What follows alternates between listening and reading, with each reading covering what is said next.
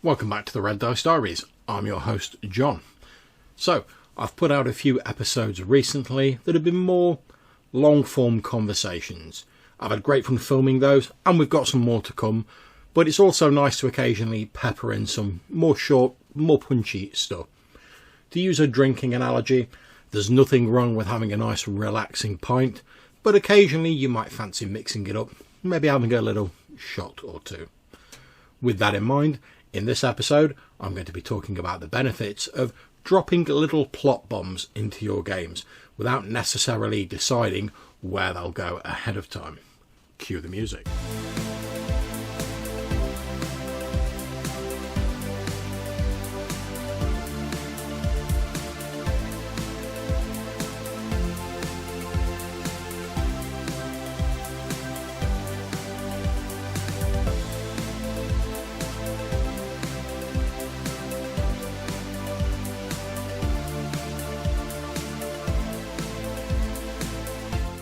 GMs, we often fall into the trap of over-preparing, whilst paradoxically never feeling like we've prepped enough.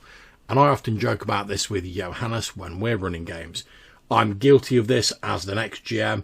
I really enjoy the act of prepping a game, thinking through all the possibilities, the twists and turns of various plot, but it does lead to me getting a little bit frazzled from time to time and trying to second guess what the players are going to do. And sometimes, if it's taken to an extreme, this can actually decrease your enjoyment of the game. And hey, GMs, you deserve to have fun as well. After all, you put in a hell of a lot of work when it comes to games. So, you might be thinking, but John, surely if I drop some plot hooks in and I don't plan for them, I'm just making things more difficult for myself. And to be honest, yeah, I can see the logic of that argument, but to my mind, it comes down to an issue of risk versus reward. How many random plots do your group actually follow up?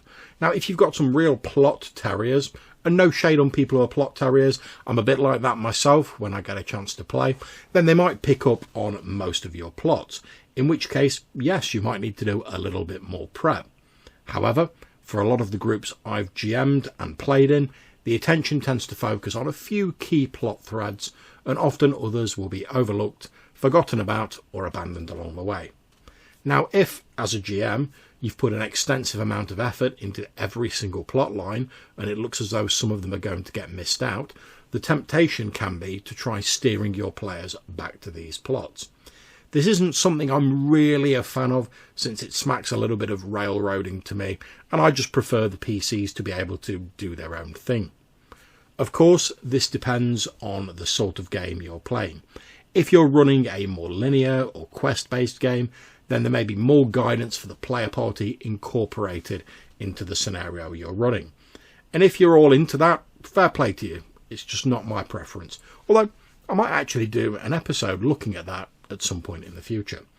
Now, of course, you can always just slide that plot into your GM back pocket, so to speak, and reskin or reuse it at a later date. And there is absolutely nothing wrong with that at all. However, again, the temptation can be there to try and crowbar these plots in, even if the game doesn't really need it. After all, you've put so much work into it. A far better idea, in my opinion, is not to put that amount of work in the first place. So, am I advocating doing no GM prep? No. Calm down. Of course I'm not. One of my favourite books, The Return of the Lazy Dungeon Master by Sly Flourish, advocates only doing the prep that you need to do in order to feel comfortable running the game. And this is something I am a massive fan of. If you enjoy doing the prep and you've got the time, great. But you do have to do that knowing that the majority of that may not even get used, and you have to make your peace with that. My preference is to come up with a cool hook for a plot and just a couple of flavourful little details to go with it. You know, enough for me to riff on during the game and then leave it at that. After all, if the plotline becomes a major part of your game, you can always expand it at a later date.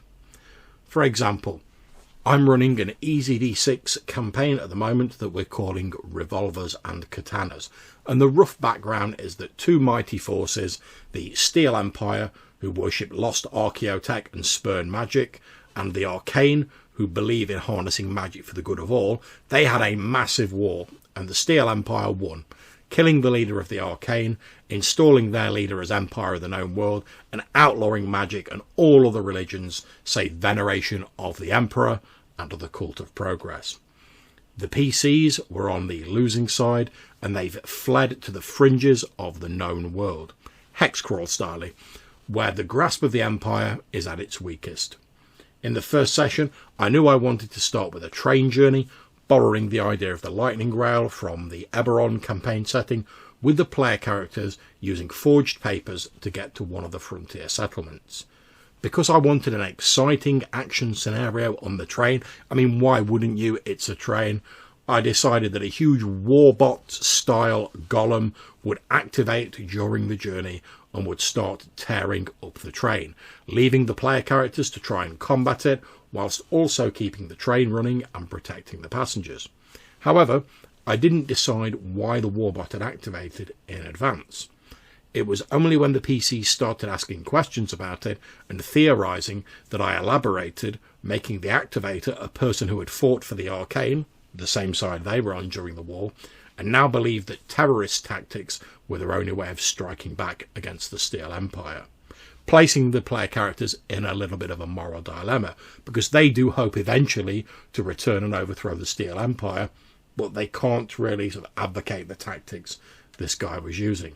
This seemed to work really well in the game, we all had a good time, but if the PCs had chosen to just bail out of the train or escape in some other fashion, I wouldn't have needed to have elaborated on it until the next session, assuming they decided to investigate, or perhaps not even at all. And if that's the way the session had gone, I wouldn't have felt like I'd had to junk a load of my prep because I hadn't done loads to begin with.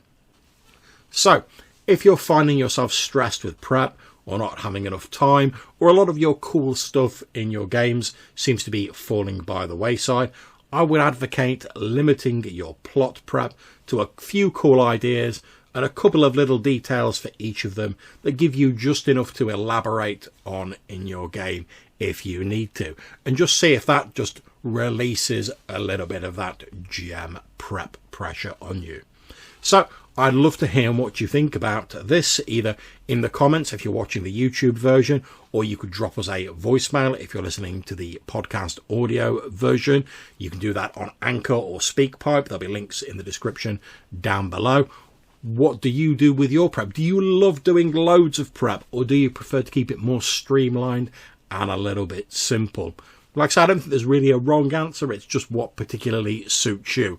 And I find the technique described here is what works for me. But I'd love to hear what works for you as well. So if you want to get involved in the conversation, like I say, drop us a message, Anchor or SpeakPipe, leave a comment on the YouTube version, or you can send us an email to rddrpgpodcast@gmail.com. So until we see you again, take care, stay safe, and whatever you're playing, have fun.